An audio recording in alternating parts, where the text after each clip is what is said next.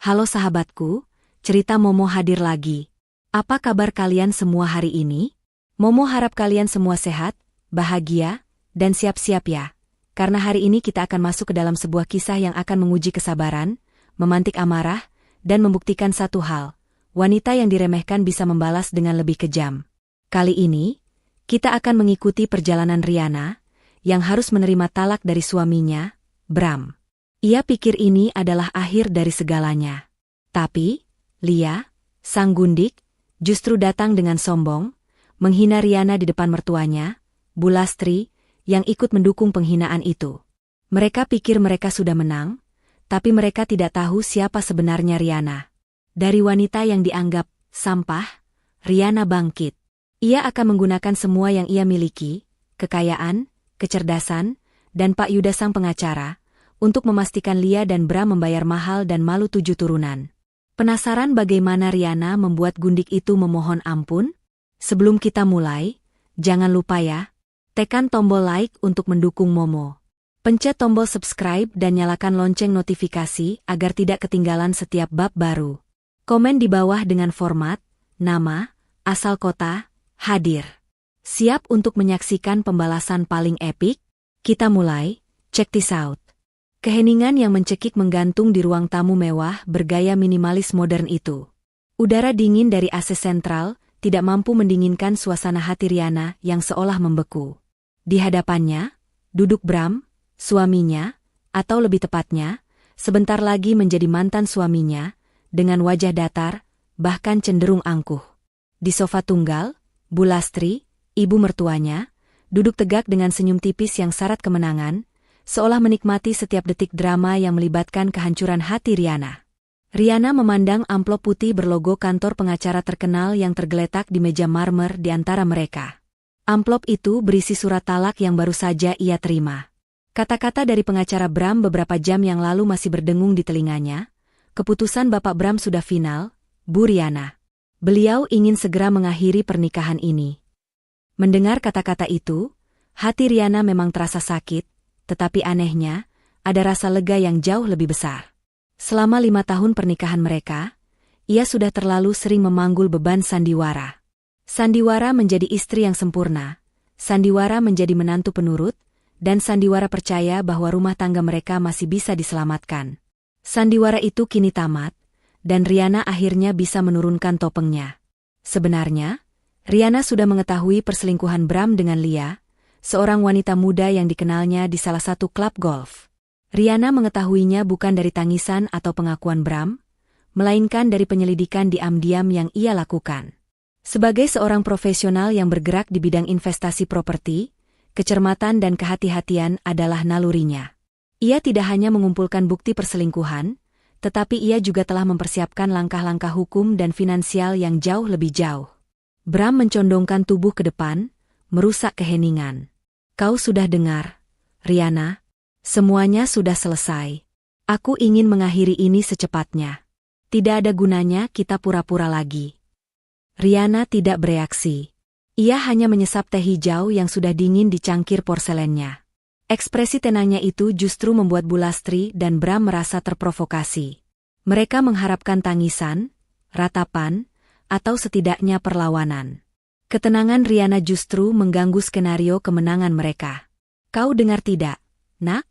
Suara Bu Lastri menusuk, menggunakan intonasi yang biasanya ia gunakan untuk menegur pembantu. Jangan membuat ini lebih sulit. Terima saja. Tidak ada gunanya kau bertahan. Bram tidak mencintaimu lagi. Aku mendengarnya dengan sangat jelas. Bu, jawab Riana, suaranya pelan namun tegas. Dan aku tidak berniat membuat ini sulit. Sejak awal, yang membuat ini sulit adalah sandiwara yang kita mainkan selama ini, bukan keputusanku untuk menerima kenyataan. Wajah Bram menegang. Ia tidak menyangka Riana akan begitu tenang. Bram selalu menganggap Riana sebagai wanita rumahan yang bergantung padanya, yang akan menjadi lemah tanpa status istri direktur. Asumsi ini adalah kesalahan fatal Bram, sebuah kesalahan yang akan ia sesali seumur hidup.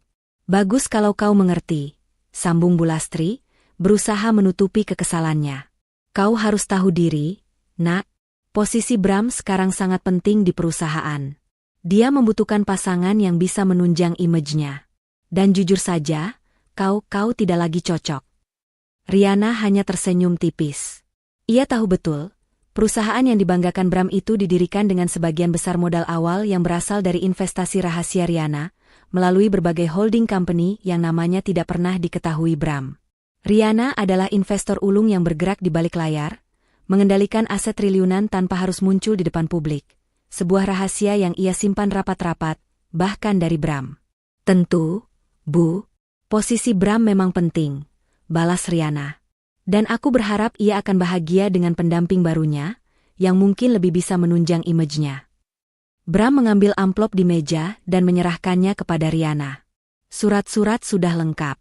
Kau akan mendapatkan bagianmu sesuai hukum. Tapi untuk rumah ini, aku akan membelinya darimu. Kau tidak perlu khawatir soal tempat tinggal. Riana menerima amplop itu, tangannya tidak gemetar sama sekali. Aku tidak pernah khawatir soal tempat tinggal, Bram. Kau juga tidak perlu khawatir soal membelinya dariku. Kita akan selesaikan semuanya melalui pengacara. Aku akan meminta Pak Yuda yang mengurus semuanya. Mendengar nama Pak Yuda, Bram sedikit terkejut. Pak Yuda bukan pengacara sembarangan. Ia adalah salah satu pengacara top di Jakarta, terkenal cerdas, dan biayanya sangat mahal. Bram selalu mengira Riana akan memakai pengacara standar yang mudah diintimidasi. Pak Yuda, tanya Bram meremehkan. Kau serius? Dari mana kau mendapatkan uang untuk menyewa Pak Yuda? Lagi-lagi, Riana tersenyum, kali ini senyum itu mencapai matanya, namun tidak ada kehangatan di dalamnya. Kau akan tahu. Aku sudah lama mempersiapkan segala hal yang mungkin terjadi, Bram. Termasuk perceraian ini. Bu Lastri, yang sejak tadi hanya menjadi penonton, tidak tahan lagi. Sudahlah, nak, berhenti berlagak. Kau tidak perlu bersikap seolah kau adalah pebisnis ulung. Kau hanya istriku yang mengurus rumah dan menghabiskan uang Bram. Jangan buat masalah. Kami ingin proses ini cepat dan damai. Cepat tinggalkan rumah ini malam ini juga. Barang-barangmu bisa diurus besok. Kalimat, cepat tinggalkan rumah ini malam ini juga, itu menorehkan luka yang sesungguhnya. Meskipun Riana sudah siap berpisah, pengusiran yang dilakukan secara terang-terangan dan kejam ini terasa sangat merendahkan martabatnya. Ia menatap Bu Lastri dan Bram bergantian. Baiklah, kata Riana, bangkit berdiri. Ia sama sekali tidak menunjukkan tanda-tanda akan menangis atau memohon.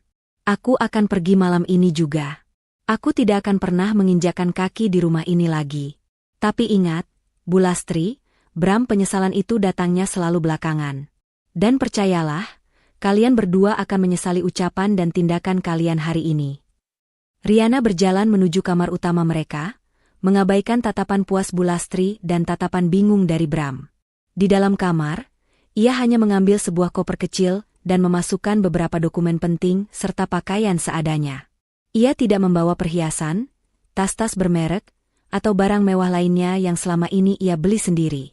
Ia tahu betul bahwa harta yang sesungguhnya bukan benda-benda fisik ini, melainkan dokumen-dokumen investasi properti yang ia simpan dengan rapi.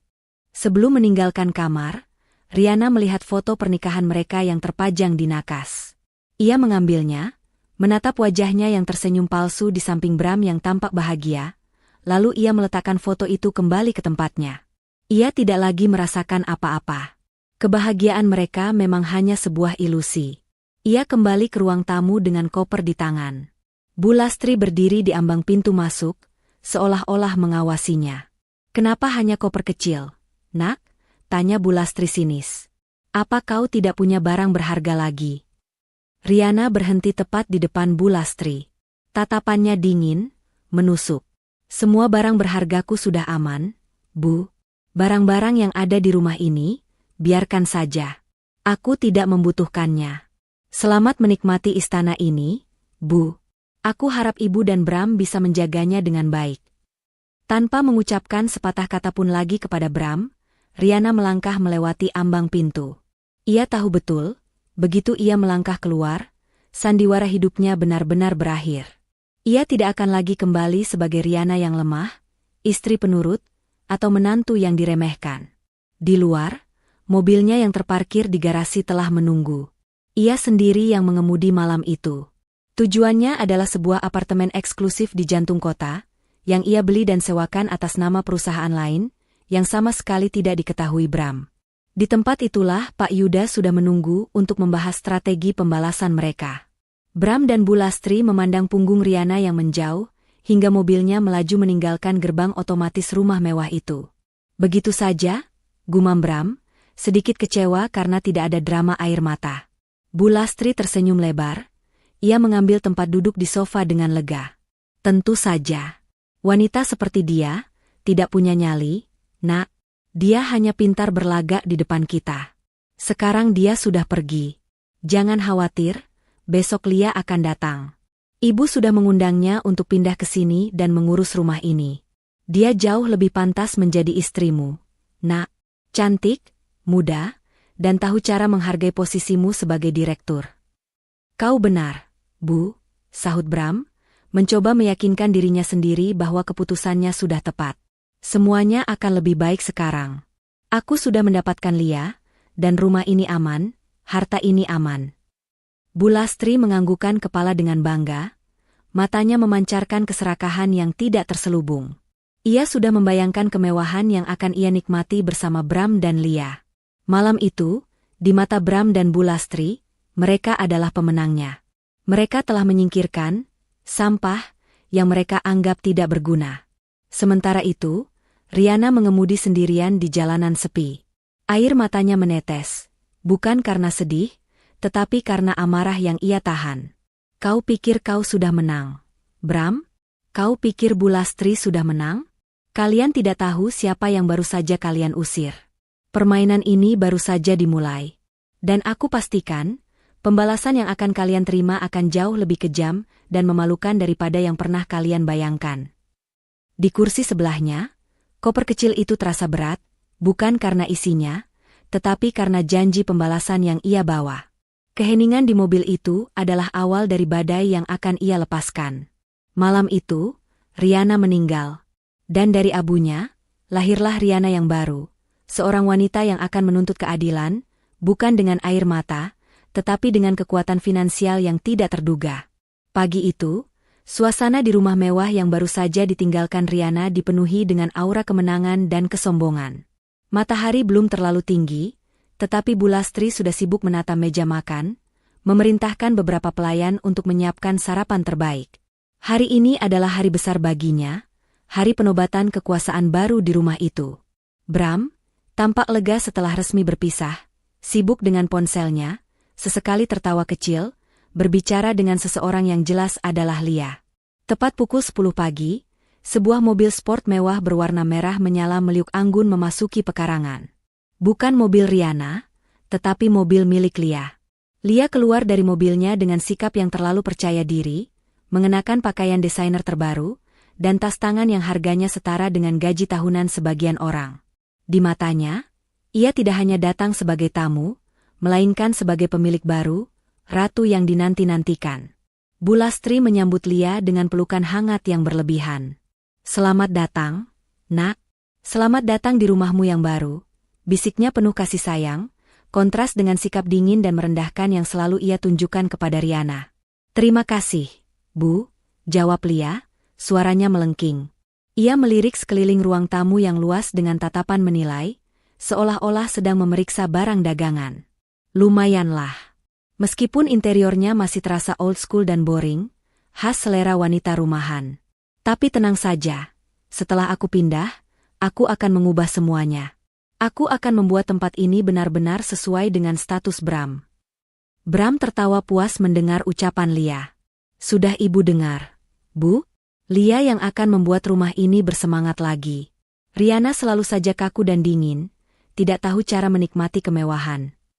Ibu setuju, nak, kata Bu Lastri, menatap Lia penuh kekaguman. Kau jauh lebih cocok mendampingi Bram. Sekarang, wanita itu sudah pergi. Kita tidak perlu lagi melihat wajahnya yang menyebalkan itu di sini. Lia mengedarkan pandangannya ke sudut-sudut ruangan, kemudian tatapannya jatuh pada sebuah bingkai foto keluarga di meja sisi ruangan. Foto pernikahan Bram dan Riana. Dengan gerakan cepat dan penuh penghinaan, Lia mengambil bingkai itu, melihatnya sekilas dengan jijik, lalu melemparkannya ke lantai. Kaca bingkai itu pecah berkeping-keping, menciptakan suara yang memecah keheningan. Sampah, desis Lia. Aku tidak mau ada sisa-sisa wanita itu di sini. Bahkan fotonya pun menjijikkan. Aku sudah muak membayangkan dia pernah tinggal di sini. Mulai sekarang, rumah ini hanya milik kita, Bram. Hanya milikku. Bu Lastri dan Bram hanya tersenyum, menganggap tindakan Lia sebagai bentuk ekspresi cinta dan dominasi yang wajar. Mereka sama sekali tidak menyadari bahwa di balik tindakan kecil yang penuh kesombongan itu, mereka sedang menggali lubang kehancuran mereka sendiri. Tepat saat Lia sedang asyik berkeliling dan memberikan perintah kepada para pelayan untuk memindahkan barang-barang dari mobilnya, pintu gerbang utama terbuka. Seorang kurir logistik masuk membawa kotak paket besar yang ditujukan kepada Riana. Bu Lastri menerima paket itu dengan dahi berkerut. "Kenapa masih ada kiriman untuk wanita itu di sini?" gerutu Bu Lastri. "Tinggal di apartemen kumuh saja, dia masih sibuk belanja barang-barang yang tidak penting." "Buka saja, Bu," kata Lia, penuh rasa ingin tahu. Mungkin itu barang yang dia pesan sebelum dicerai. Kita lihat saja isinya.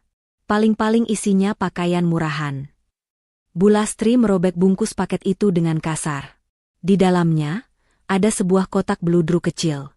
Ketika dibuka, isinya bukanlah pakaian murahan, melainkan sebuah flash disk emas yang sangat kecil, disertai sebuah kartu ucapan. Bu Lastri membaca kartu itu dengan mata menyipit. Itu tulisan tangan Riana. Isi kartu itu hanya satu kalimat pendek. "Simpan ini baik-baik. Ini adalah kunci yang akan mengungkap kebenaran di balik semua aset yang kalian anggap milik kalian." Mereka bertiga saling pandang. Bram tertawa gugup. "Apa-apaan ini? Dia mencoba mengancam kita? Memangnya dia punya aset apa? Paling-paling foto kita saat selingkuh. Jangan khawatir, kita punya pengacara." Lia merebut flash disk itu dari tangan Bu Lastri. Wanita itu memang gila. "Sudahlah, buang saja ini. Aku tidak peduli dengan ancaman sampah seperti dia." Saat Lia hendak melempar flash disk itu ke tempat sampah, ia melihat sehelai surat kecil lain terselip di balik busa kotak beludru. Surat itu bertuliskan, "Kepada Bu Lastri dan Lia, Anda harus melihat video ini sebelum memutuskan untuk menempati rumah ini selamanya. Jangan katakan saya tidak memberitahu Anda." Rasa penasaran mengalahkan nalar. Lia bergegas menuju ruang kerja, diikuti Bram dan Bu Lastri. Lia mencolokkan flash disk emas itu ke laptop Bram. Yang muncul bukan video perselingkuhan, melainkan sebuah rekaman CCTV yang diambil di salah satu coffee shop mewah beberapa bulan yang lalu. Di dalam video itu, Riana terlihat sedang berbicara dengan Pak Yuda, pengacara terkenal itu. Bram dan Bu Lastri bisa mendengar setiap kata yang mereka ucapkan dengan jelas. Semua aset properti dan dana investasi di atas nama PT Surya Semesta sudah diamankan di bawah kendali penuh Anda, Bu Riana. Bram dan ibunya tidak akan bisa menyentuh sepeser pun. Termasuk rumah yang mereka tempati, itu adalah properti Anda. Saya sudah menyiapkan semua dokumen otentik kepemilikan. Anda bebas bertindak kapanpun, kata Pak Yuda dalam rekaman. Wajah Bram langsung pucat. Bu Lastri gemetar. PT Surya Semesta adalah perusahaan investasi properti yang sangat besar yang mereka kenal. Mereka selalu mengira itu adalah milik keluarga konglomerat di luar negeri. Tidak pernah terpikir oleh mereka bahwa nama Riana terkait dengan perusahaan raksasa itu. Namun, sebelum mereka sempat bereaksi sepenuhnya terhadap video itu, pintu utama terbuka dengan suara menggelegak. Lia, yang sudah sangat kesal karena flash disk Riana mengganggu sesi check-in mewahnya, berbalik. Di ambang pintu, Riana berdiri. Riana tidak datang sendirian. Ia datang dengan didampingi Putri, sahabatnya, dan seorang pria berpakaian formal yang ternyata adalah kepala keamanan dari perusahaan yang mengelola kompleks perumahan itu. Lia terkejut, namun segera menguasai diri. Ia maju selangkah, menatap Riana dari ujung kepala hingga ujung kaki dengan tatapan penuh penghinaan yang jauh lebih dalam dari sebelumnya. Emosinya yang meledak-ledak karena rekaman tadi justru menjadi pemicu untuk melontarkan semua kata-kata kejam yang sudah ia persiapkan. "Oh, lihat siapa ini? Wanita yang baru saja dicampakkan datang lagi? Kenapa kau kembali? Hah? Kau mencari sisa-sisa harta yang Bram berikan? Kau tidak tahu malu. Kami sudah muak melihat wajahmu di sini. Sembur Lia, dengan suara keras dan melengking, sengaja agar didengar oleh kepala keamanan yang berdiri di belakang Riana. Riana hanya berdiri tegak, membiarkan setiap kata-kata kotor itu menghantamnya, seolah-olah itu hanyalah bisikan angin. Dengar, perempuan sampah. Lia melangkah semakin dekat, hampir menempelkan wajahnya ke wajah Riana. Hei kau perempuan sampah, cepat pergi, aku sudah muak melihat wajahmu di sini. Kau pikir kau siapa? Kau sudah ditalak. Kau tidak lagi punya hak apa-apa di rumah ini. Aku sekarang yang akan menjadi nyonya rumah ini. Kau hanya masa lalu yang menjijikkan. Bu Lastri maju mendekat, tangannya mendorong bahu Riana. Pergi, nak. Jangan membuat keributan di rumah kami. Sudah kubilang, kau tidak pantas berada di sini. Kau hanya wanita miskin yang dulunya beruntung mendapatkan anakku. Sekarang nasibmu sudah kembali ke asalnya. Cepat tinggalkan rumah ini, atau aku akan memanggil polisi. Bram, meskipun masih dihantui oleh rekaman video tadi, memilih untuk mendukung Lia dan ibunya. Ia mendekati Riana, menatapnya dengan pandangan jijik. Jangan membuat keributan, Riana. Pergi sekarang juga. Kau membuat malu aku di depan calon istriku dan ibu. Jangan tunjukkan wajah kasihanmu di sini. Penghinaan itu, yang dilontarkan oleh 3 orang yang pernah menjadi keluarganya, justru menjadi pemantik terakhir bagi Riana. Air matanya tidak menetes, tetapi matanya berkilat tajam. Ia menoleh ke arah kepala keamanan. Anda sudah dengar, Pak? Tanya Riana dengan suara tenang namun penuh wibawa. Mereka mengusir saya dari rumah saya sendiri. Mereka menyebut saya, perempuan sampah, dan mengancam saya. Lia, Bu Lastri, dan Bram saling pandang, bingung dengan reaksi Riana. Lia tertawa terbahak-bahak. Rumahmu? Kau sedang berhalusinasi, perempuan. Kau pikir dia akan percaya omong kosongmu? Riana tidak menjawab Lia. Ia menatap lurus ke arah Bu Lastri dan Bram, wajahnya kini benar-benar tanpa ekspresi, seolah sedang menatap 2 orang asing yang menjengkelkan. Saya datang ke sini bukan untuk memohon. Bram, Lia, Bu Lastri, kata Riana, suaranya kini terdengar sangat dingin, seolah dipenuhi oleh janji pembalasan yang mengerikan. Saya datang ke sini untuk memastikan kalian tahu. Kalian mengusir saya, menalak saya, dan menghina saya di rumah yang seolah-olah milik kalian. Rumah ini, aset yang kalian banggakan ini, hanya dipinjamkan kepada kalian. Lia hanya menyeringai. Omong kosong macam apa lagi ini? Dasar wanita gila. Gila? Riana mengulangi kata itu perlahan. Kalianlah yang akan menjadi gila, Lia. Karena kalian telah menghinaku, aku akan membalas dengan lebih kejam. Aku pastikan kau, Lia, akan malu dan minta ampun padaku di depan banyak orang. Dan kau, Bram, kau akan menyesal telah mencampakkan wanita yang diam-diam menguasai seluruh aset yang kau injak ini. Riana kemudian menoleh kepada kepala keamanan. Pak, tolong eksekusi permintaan saya. Saya adalah Riana Andara, pemilik sah rumah ini, tercatat atas nama pribadi dan PT Surya Semesta. Saya ingin mereka bertiga, Bram, Lia, dan Bu Lastri, segera keluar dari properti ini, hari ini juga. Mereka sudah bukan bagian dari keluarga, dan saya tidak mengizinkan mereka berada di sini. Kepala keamanan itu mengangguk hormat, membuat Lia, Bram, dan Bu Lastri membeku di tempat. Mereka tidak bisa lagi meremehkan situasi ini. Bu Lastri mulai panik. Ini tidak mungkin. Bram, jelaskan pada mereka. Ini rumah kita. Kau direktur. Jangan percaya wanita gila ini. Bram yang tadinya angkuh, kini wajahnya benar-benar pucat, mengingat kembali rekaman video di flash disk tadi. Ia baru sadar, ancaman Riana sama sekali tidak kosong. Riana telah mempersiapkan pembalasan ini sejak lama, dengan perhitungan yang sangat matang. Puncak penghinaan yang baru saja Lia berikan kepada Riana justru menjadi pemicu bagi Riana untuk menekan tombol kehancuran mereka lebih awal. Ayo kita lihat siapa yang akan minta ampun. Lia, bisik Riana, sebelum membalikkan badannya dan melangkah keluar, meninggalkan kekacauan yang baru saja ia ciptakan. Pengumuman Riana tentang kepemilikan rumah itu menggantung di udara, menciptakan kebekuan yang lebih mencekik daripada hawa dingin AC. Bram, Lia, dan Bu Lastri berdiri terpaku. Mata mereka melebar karena perpaduan antara keterkejutan, ketakutan, dan kemarahan. Mereka tidak bisa menerima kenyataan bahwa wanita yang baru saja mereka hina sebagai sampah, dan mereka usir dari rumah itu, ternyata adalah pemilik sah dari properti megah tersebut. Kepala keamanan yang mendampingi Riana mengambil langkah maju, mengeluarkan walkie-talkie-nya. Saya butuh 2 petugas lagi di gerbang utama. Ada perintah pengosongan segera dari pemilik properti, perintahnya dengan nada profesional yang tidak bisa diganggu-gugat. Mendengar perintah itu, Bu Lastri melepaskan teriakan panik. Tidak. Ini tidak mungkin. Bram, lakukan sesuatu. Katakan pada orang ini bahwa dia salah. Ini rumah kita. Kau membelinya. Kau yang bayar semua cicilan. Wajah Bram putih pasi. Keringat dingin mulai membasahi pelipisnya. Ia tahu, meskipun ia selalu mengklaim rumah ini adalah miliknya, ia sering melihat surat-surat tagihan properti dan pajak yang ditujukan atas nama perusahaan asing yang rumit, dan ia selalu menyerahkannya pada Riana untuk diurus, yakin Riana hanya membayar tagihan rutin. Ia tidak pernah tahu bahwa Riana adalah pemilik sesungguhnya di balik semua nama perusahaan itu. Lia, yang selalu mengandalkan kesombongan dan teriakan, maju dengan berani. Ia menunjuk Riana dengan jari telunjuknya, yang gemetar. Kau gila.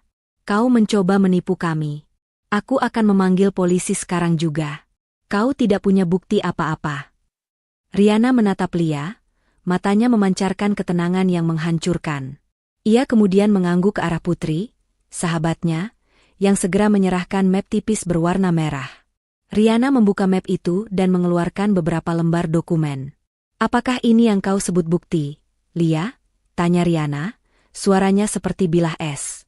Ia menyerahkan salinan dokumen kepemilikan dan hak guna bangunan yang telah dilegalisasi kepada kepala keamanan. Semua tercatat jelas. Pembelian tunai 6 tahun lalu, atas nama PT Surya Semesta, perusahaan investasi properti saya. Kepala keamanan itu memeriksa dokumen sekilas. Semuanya sudah terverifikasi, Bu Riana. Kami akan melanjutkan proses pengosongan. Bram ambruk ke sofa. Riana, mengapa kau melakukan ini? Tanyanya dengan suara serak, kini nada angkuhnya berganti menjadi keputusasaan. Kau bisa membicarakannya baik-baik. Kita bisa bernegosiasi. Bernegosiasi? Riana tertawa singkat, tawa yang sama sekali tidak lucu. Tadi kau menalakku, Bram. Kau dan ibumu mengusirku dari rumah ini semalam. Dan gundikmu, Lia, baru saja menyebutku, perempuan sampah, dan menyuruhku pergi. Negosiasi apa yang kau harapkan, setelah semua penghinaan itu? Bu Lastri merangkul kaki Bram, menangis histeris. Bram, nak, jangan biarkan wanita ini menipu kita. Dia pasti memalsukan dokumen. Kita kaya, nak, kita akan sewa pengacara yang lebih hebat dari si Yuda itu. Pak Yuda sudah mewakili saya sejak 3 bulan lalu, Bu Lastri, potong Riana. Dan perlu ibu ketahui, semua aset properti atas nama PT Surya Semesta yang selama ini menunjang gaya hidup mewah kalian, sudah saya tarik. Semua. Termasuk 3 ruko yang Bram gunakan untuk kantor cabang. Semuanya sudah dalam proses eksekusi pengosongan. Kalian tidak punya apa-apa lagi di bawah nama kalian sendiri. Pengungkapan ini terasa seperti sambaran petir di siang bolong. Bu Lastri menjerit. Ia menyadari kemewahan yang selama ini ia nikmati, liburan mewah, pesta-pesta sosialita, semua berasal dari wanita yang ia benci dan ia anggap bodoh. Sementara Bu Lastri tenggelam dalam penyesalan yang baru muncul, Lia, masih dikuasai oleh amarah dan rasa malu, maju untuk yang terakhir kalinya. Ia melihat kekalahan sudah di depan mata, namun ia tidak mau menyerah tanpa perlawanan fisik. Kau pembohong licik, teriak Lia, mencoba menyerang Riana. Namun, dengan sigap, Putri menahan Lia, dan kepala keamanan segera memegang tangan Lia. Lepaskan aku. Aku tidak takut pada wanita sialan ini. Raung Lia, meronta-ronta. Riana memberi isyarat kepada petugas keamanan untuk mengabaikan keributan itu, dan segera melanjutkan pengosongan. 2 orang petugas tambahan masuk, membawa kotak-kotak besar. Kumpulkan barang-barang pribadi mereka seadanya. Sisanya adalah aset properti dan akan disita, kata Riana. Detik-detik berikutnya adalah pemandangan paling menyedihkan dan memalukan. Lia yang mencoba melindungi pakaian-pakaian mahalnya, Bulastri yang duduk di lantai marmer menangisi nasibnya, dan Bram yang hanya bisa melihat dalam diam, tanpa daya. Riana, aku mohon, jangan lakukan ini. Bram mencoba lagi. Kita pernah punya anak bersama, Riana, demi kenangan kita. Riana membeku. Kata-kata Bram tentang anak adalah serangan paling keji. Anak mereka meninggal saat dilahirkan prematur 5 tahun yang lalu. Sejak saat itu, Bram berubah, menjauh, dan akhirnya mencari kehangatan di luar. Kenangan itu justru adalah sumber lukanya. Riana menoleh, matanya berkaca-kaca sesaat, namun air mata itu tidak tumpah.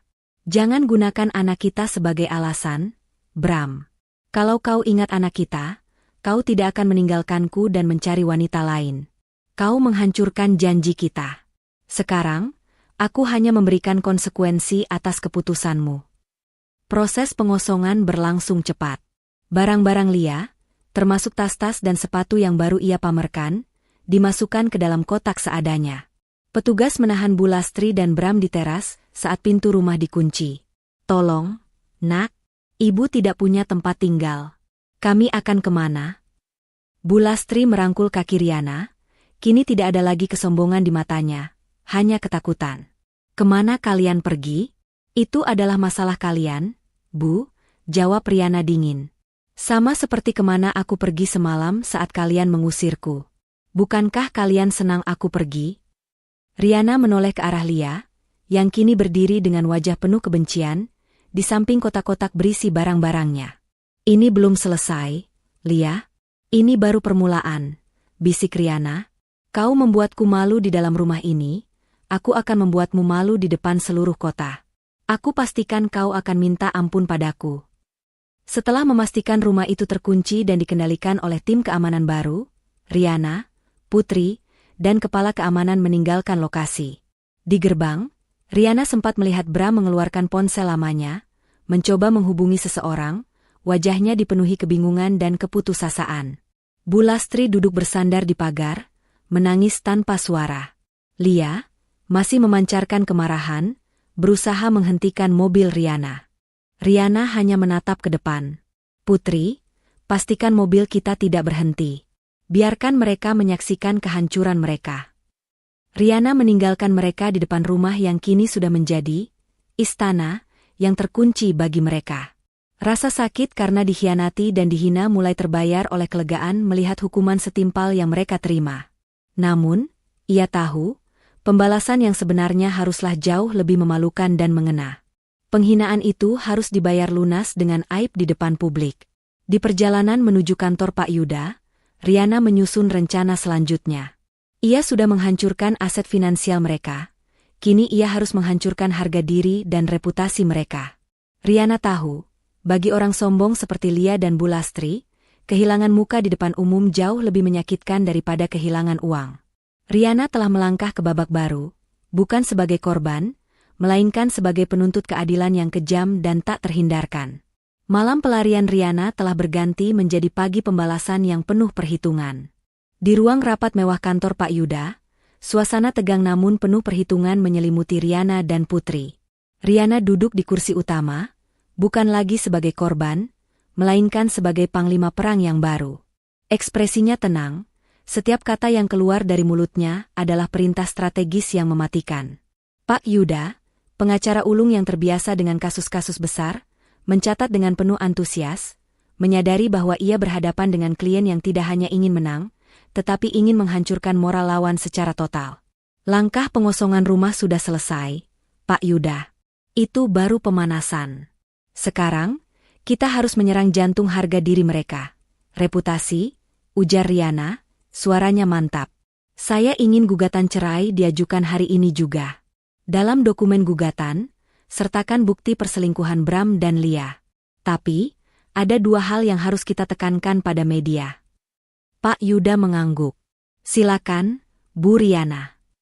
Pertama, tegaskan bahwa aset yang saya tarik bukan harta Gonogini. Jelaskan bahwa semua properti dan modal usaha yang Bram banggakan, termasuk yang kini disita, adalah milik pribadi saya yang dikelola melalui perusahaan investasi rahasia jauh sebelum dan selama pernikahan. Ini akan menghancurkan citra Bram sebagai direktur yang mapan dan memosisikannya sebagai direktur, di atas kertas, yang ternyata hanya menumpang hidup pada kekayaan istrinya. Sangat bagus. Kami akan merilis pernyataan pers dengan detail ini. Ini akan menjadi bom waktu di komunitas bisnis, kata Pak Yuda, mencatat dengan garis bawah tebal. Kedua, saya ingin Anda menyiapkan tuntutan tambahan untuk Lia. Tuntut dia atas pencemaran nama baik. Gunakan rekaman suara saat dia menyebut saya, perempuan sampah, dan mengancam saya di properti milik saya sendiri. Kita tidak perlu menang di pengadilan, kita hanya perlu membuat Lia menjadi tersangka publik di media. Dia sangat aktif di media sosial, dan rasa malu adalah hukuman terberat bagi orang seperti dia. Riana kemudian memfokuskan perhatian pada serangan finansial berikutnya. Kantor cabang yang digunakan Bram dan keluarga untuk berbisnis. 3 ruko itu. Anda bilang proses eksekusi pengosongannya bisa cepat karena murni masalah kepemilikan aset perusahaan saya, bukan? Benar, Bu. Kami bisa mendapatkan perintah pengosongan dan penyitaan aset operasional secepatnya, mungkin dalam 48 jam, jawab Pak Yuda. Jangan tunda. Lakukan eksekusi itu besok sore, Pak. Saya ingin Anda memastikan eksekusi dilakukan pada jam puncak operasional. Saat kantor penuh dengan karyawan, dan mungkin ada klien penting yang sedang rapat. Saya ingin tim Anda, didampingi jurusita dan pengawal, masuk dan menyegel semua aset operasional, komputer, dokumen, bahkan kursi dan meja, di depan mata semua orang. Putri, yang mendengarkan, menahan napas. Itu akan sangat kejam. Semua orang akan melihat. Itu akan menghancurkan reputasi bisnis Bram secara total. Tepat. Itulah keadilan yang aku inginkan, Putri, balas Riana dingin. Bram mencampakanku dan mempermalukanku secara pribadi. Aku akan menghancurkannya secara profesional dan publik. Aku ingin dia merasakan bagaimana rasanya kehilangan segalanya dalam sekejap, di mata orang-orang yang selama ini ia banggakan. Kami akan merekam seluruh proses eksekusi itu, tambah Pak Yuda, menyambung ide Riana. Dan kami akan pastikan salinan rekaman itu segera sampai ke tangan media, bukan untuk liputan gosip, tapi untuk segmen berita ekonomi yang menyoroti, kasus kebangkrutan direktur yang menutupinya dengan aset palsu. Setelah semua rencana detail disepakati, Pak Yuda segera memanggil timnya. Surat gugatan cerai dan tuntutan pencemaran nama baik terhadap Lia segera dikirimkan. Dalam waktu 2 jam, berita mengejutkan itu mulai merambat ke berbagai portal berita online dan grup-grup sosialita. Sementara itu, di sebuah hotel kelas melati yang disewa Bu Lastri dengan sisa uang tunai yang tersisa, suasana penuh kepanikan dan saling menyalahkan telah mencapai puncaknya. Bram, Lia, dan Bu Lastri duduk di ruangan sempit itu, wajah mereka diliputi ketegangan. Ponsel Bram berdering tiada henti. Bukan lagi dari supplier atau bank, melainkan dari rekan-rekan bisnis yang menelepon untuk menanyakan kebenaran berita gugatan cerai dan, yang paling parah, klaim aset palsu yang diungkapkan oleh pihak Riana. Bram, apa-apaan ini? Berita di Indobisnes itu tentang kamu, kan? Direktur aset palsu? Jelaskan padaku. Bagaimana bisa semua aset itu milik wanita gila itu? Teriak Lia, menunjuk layar ponselnya yang menampilkan berita tentang Riana. Lia sangat panik karena semua teman-teman sosialitanya mulai mengirim pesan, menanyakan kebenaran berita itu, dan beberapa bahkan sudah menghapus Lia dari daftar pertemanan. Bram menjambak rambutnya sendiri. Aku tidak tahu, Lia. Aku benar-benar tidak tahu. Aku selalu percaya Riana mengurus tagihan dan pajak. Aku tidak pernah tahu dia punya perusahaan investasi sebesar itu. Dia menyembunyikan semuanya. Menyembunyikan? Atau kau memang bodoh? Bentak Lia. Kau menalak wanita yang memberimu semua kemewahan ini. Kau mencampakkan berlian demi aku. Dan sekarang, aku harus tinggal di tempat kotor ini karena kebodohanmu. Bu Lastri, yang sejak tadi terisak di sudut ruangan, menyela dengan suara parau. Nak, jangan salahkan Bram. Salahkan wanita licik itu. Dia sengaja membiarkan kita nyaman, lalu dia menarik semuanya saat kita sudah sangat terpuruk. Dia iblis, Nak. Dia iblis, balas Lia dengan nada sinis. Iblisnya adalah ibu. Ibu yang selalu meremehkannya, menyebutnya menantu miskin dan tidak berguna. Ibu yang menyuruh Bram menalaknya. Sekarang kita semua menanggung hukuman dari kesalahan ibu. Perpecahan di antara mereka sudah tidak bisa dihindari. Lia, yang hanya mencintai kemewahan Bram, kini melihat Bram sebagai pecundang yang tidak berharga. Bu Lastri, yang sangat bangga pada putranya, kini harus mendengar putranya disebut direktur yang menipu dan bangkrut. Tiba-tiba, ponsel Lia bergetar. Sebuah notifikasi dari grup sosialita eksklusifnya. Screenshot gugatan cerai Riana diunggah, lengkap dengan kutipan tuntutan pencemaran nama baik terhadap Lia. Judul grup, wanita simpanan yang dituntut sang istri sah karena menyebutnya sampah di rumah milik istri sah itu sendiri. Tertawa ngakak. Lia membaca komentar-komentar dari teman-teman yang selama ini ia anggap setara. Mereka tidak lagi bersimpati. Mereka menertawakannya, menyebutnya gold digger yang gagal, wanita murahan yang menghina pemilik rumah yang sah. Kata-kata, perempuan sampah, yang ia lontarkan kepada Riana kini berbalik menusuknya sendiri, menjadi julukan barunya di kalangan sosialita. Lia menjerit histeris. Reputasinya yang dibangun dengan susah payah, pakaian mahal, tas bermerek, liburan mewah, hancur dalam hitungan jam. Rasa malu itu jauh lebih menyakitkan daripada kehilangan rumah. Bram menerima telepon dari sekretarisnya yang menangis, mengabarkan bahwa seluruh rekening operasional kantor cabang telah dibekukan. Pihak bank memberikan surat peringatan keras. Bram, kita benar-benar bangkrut. Kita tidak bisa membayar karyawan, dan semua proyek terhenti. Bram menutup telepon, wajahnya tampak kosong. Ia menatap flash disk emas kecil yang ia simpan di sakunya. Ia menyesali setiap detik perpisahannya. Ia menyesal telah memilih Lia, menyesal telah mendengarkan Bu Lastri, dan paling menyesal, ia menyesal telah menalak wanita yang selama ini menjadi tiang penyangga seluruh kehidupannya. Penyesalan itu datang terlambat. Riana sudah menarik garis batas, dan esok hari, puncaknya akan terjadi di depan mata para karyawan dan klien Bram. Pagi yang seharusnya cerah itu terasa dingin dan mencekam bagi Bram. Ia terbangun di hotel kelas melati yang sempit, bukan karena alarm, melainkan karena getaran ponselnya yang terus-menerus. Panggilan itu berasal dari karyawan kantornya, yang panik melaporkan bahwa berita gugatan cerai dan klaim, aset palsu, Bram telah menyebar cepat. Para klien mulai membatalkan kontrak, dan beberapa supplier bahkan datang langsung ke kantor cabang menuntut pembayaran tunai. Di ruangan yang sama, Lia dan Bu Lastri juga tampak seperti dihantam badai. Lia sibuk membalas pesan-pesan dari grup sosialita yang isinya kini dipenuhi ejekan dan penghinaan. Bu Lastri hanya duduk di tepi ranjang, meremas-remas tangan, wajahnya yang keriput dipenuhi kekhawatiran. Bram, kau harus segera ke kantor. Berita itu membuat semua orang panik. Kita harus menyelamatkan reputasi kita, teriak Lia, matanya memerah karena kurang tidur dan amarah.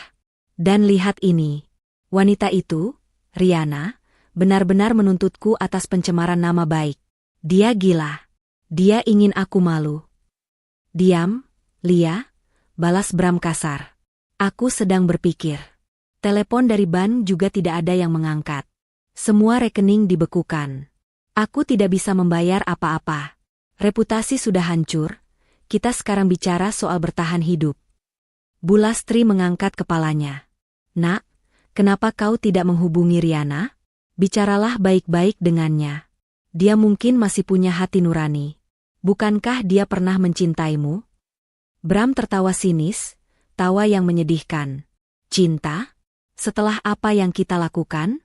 Dia mengirim Pak Yuda untuk menghancurkanku, Bu.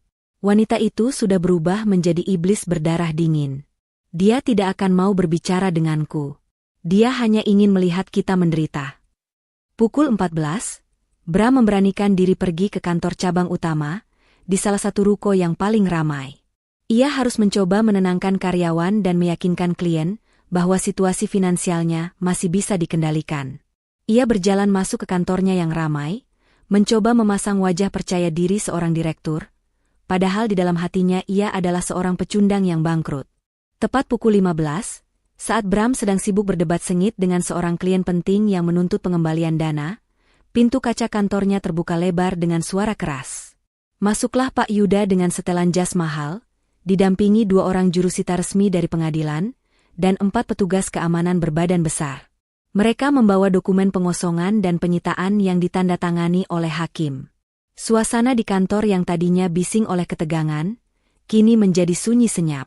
Semua mata, dari karyawan, klien, hingga petugas cleaning service, tertuju pada rombongan Pak Yuda. Bram membeku di tempat, mengenali wajah Pak Yuda. Ia tahu, momen penghancuran yang paling memalukan telah tiba. Pak Yuda tidak repot-repot menyapa Bram. Ia berdiri di tengah ruangan, suaranya lantang dan berwibawa, sengaja agar didengar oleh semua orang yang ada di sana. Kami dari kantor hukum Yuda Rekan, bertindak atas nama klien kami, Riana Andara. Kami datang untuk melaksanakan perintah pengadilan tentang eksekusi pengosongan dan penyitaan aset operasional di ruko ini. Sesuai dengan dokumen kepemilikan, ruko ini adalah properti milik penuh PT Surya Semesta, yang dikuasai oleh klien kami. Kontrak sewa yang dilakukan oleh Bapak Bram dinyatakan batal demi hukum. Jelas Pak Yuda, lalu mengangguk kepada jurusita. Jurusita segera membacakan surat perintah itu dengan suara keras. Kata-kata seperti penyitaan aset, pelanggaran kontrak sewa, dan kebangkrutan finansial bergema di ruangan. Karyawan mulai berbisik-bisik, wajah mereka dipenuhi kekhawatiran tentang pekerjaan mereka. Klien yang tadinya berdebat dengan Bram, kini menatap Bram dengan pandangan jijik dan kasihan. Bram mencoba memprotes, suaranya gemetar. Pak Yuda, apa-apaan ini? Ini kantor saya. Anda tidak bisa melakukan ini. Pak Yuda akhirnya menoleh ke Bram, tatapannya dingin. Ini bukan kantor Anda, Tuan Bram. Ini adalah properti milik Bu Riana yang Anda gunakan. Dan setelah menalak dan menghina pemiliknya, wajar jika beliau menarik kembali semua yang beliau pinjamkan. Dalam hitungan menit, petugas keamanan mulai memasang pita penyitaan di komputer-komputer, meja-meja, dan lemari arsip. Karyawan disuruh segera mengosongkan meja mereka dan meninggalkan gedung. Di tengah kekacauan itu, salah satu klien penting yang melihat semua itu, menggelengkan kepala. Tuan Bram, saya tidak menyangka Anda berbohong tentang status finansial Anda, kata klien itu sinis. Kami membatalkan semua kerjasama. Kami tidak bisa bekerja dengan direktur yang bahkan tidak memiliki kantor sendiri. Klien itu berbalik dan segera meninggalkan ruko, diikuti oleh beberapa klien lainnya. Reputasi Bram hancur total dalam waktu 30 menit. Di depan semua karyawan dan rekan bisnisnya, Bram dipermalukan sebagai penipu finansial dan direktur boneka yang hanya berpura-pura kaya. Sementara Bram tenggelam dalam aibnya, Lia menghadapi badai yang lebih pribadi. Tuntutan pencemaran nama baik dari Riana sudah resmi diterima di pengadilan, dan berita itu langsung menjadi trending topik di kalangan sosialita. Lia, yang selalu ingin menjadi pusat perhatian, kini menjadi pusat ejekan. Grup-grup media sosial yang tadinya memuja gaya hidupnya, kini berubah menjadi ruang penghakiman massal. Komentar di grup sosialita, High Heels Club. Wanita itu benar-benar gila. Dia berani-beraninya menghina Riana di rumah Riana sendiri. Dia pikir dia nyonya. Ternyata cuma simpanan yang numpang tidur. Aku selalu curiga. Dari mana Lia dapat tas mahal kalau suaminya, Bram, direktur boneka? Oh, ternyata dia ditipu juga. Karma datang cepat. Aku dengar Riana itu adalah pemilik saham mayoritas di PT Surya Semesta. Dia adalah bos besarnya Bram. Lia disebut perempuan sampah di depan bos besarnya. Aib banget. Lia mencoba membela diri. Ia memposting status panjang lebar, menyerang Riana, menyebut Riana psikopat, dan mengatakan Riana sengaja menjebaknya. Namun, pembelaannya tidak mempan. Setiap katanya hanya menambah bahan bakar bagi para haters dan mantan temannya. Mereka menuntut Lia meminta maaf di depan umum kepada Riana. Bu Lastri, yang berada di hotel, menyaksikan kehancuran Lia dari ponselnya. Ia akhirnya menyadari bahwa Lia bukanlah penyelamat yang ia bayangkan. Lia hanyalah seorang wanita sombong yang akan meninggalkan Bram begitu ia tahu Bram tidak punya apa-apa. Keputusasaan Bu Lastri memuncak. Ia mengambil keputusan nekat. Ia harus menemui Riana. Bu Lastri berhasil mendapatkan alamat sementara Riana di apartemen eksklusif dari seorang pelayan lama. Ia datang tanpa pemberitahuan, dalam penampilan yang menyedihkan, wajah tanpa riasan, pakaian kusut, dan tubuh yang lelah. Saat tiba di lobi apartemen, Bu Lastri meminta resepsionis untuk memanggil Riana. Riana menerima panggilan itu dan, setelah berkonsultasi dengan Putri, ia setuju untuk bertemu di lobi. Ia ingin melihat sejauh mana penyesalan Bu Lastri. Bu Lastri bergegas mendekat saat Riana muncul. Tanpa basa-basi, Bu Lastri langsung bersujud di kaki Riana, menangis tersedu-sedu. "Nak, Riana, aku mohon ampun. Ibu salah. Ibu salah besar. Ibu mohon tarik tuntutanmu. Kasihanilah Bram. Kasihanilah kami." Tangis Bu Lastri, tangannya berusaha meraih kaki Riana. Riana tidak mundur. Ia berdiri tegak, membiarkan Bu Lastri bersujud di lantai marmer yang dingin. Ia menatap wajah mertuanya yang kini terlihat rapuh dan putus asa. "Anda menangis, Bu Lastri?" tanya Riana, suaranya hampa. "Dulu, saat saya harus mengurus anak kita sendirian dan Bram tidak peduli, saya menangis. Saat saya harus menerima penghinaan Anda karena saya dianggap miskin, saya menangis. Sekarang, saat Anda kehilangan kemewahan, Anda menangis di hadapan orang yang Anda sebut sampah. Ibu tahu ibu salah. Nak, Lia itu iblis. Nak, dia yang meracuni pikiran Bram. Ibu mohon. Bram kehilangan kantornya. Dia kehilangan segalanya. Beri kami kesempatan, Nak." "Kesempatan?" Riana tersenyum pahit. "Kalian tidak pernah memberi saya kesempatan, Bu. Kalian memberi saya talak, pengusiran, dan penghinaan. Saya sudah memberi kalian kesempatan untuk berhati nurani, tetapi kalian membuangnya. Sekarang, hadapi konsekuensinya." Riana kemudian memanggil petugas keamanan. "Tolong antar ibu ini keluar. Saya tidak mau ada keributan di sini." Bu Lastri meratap, tetapi tidak berdaya.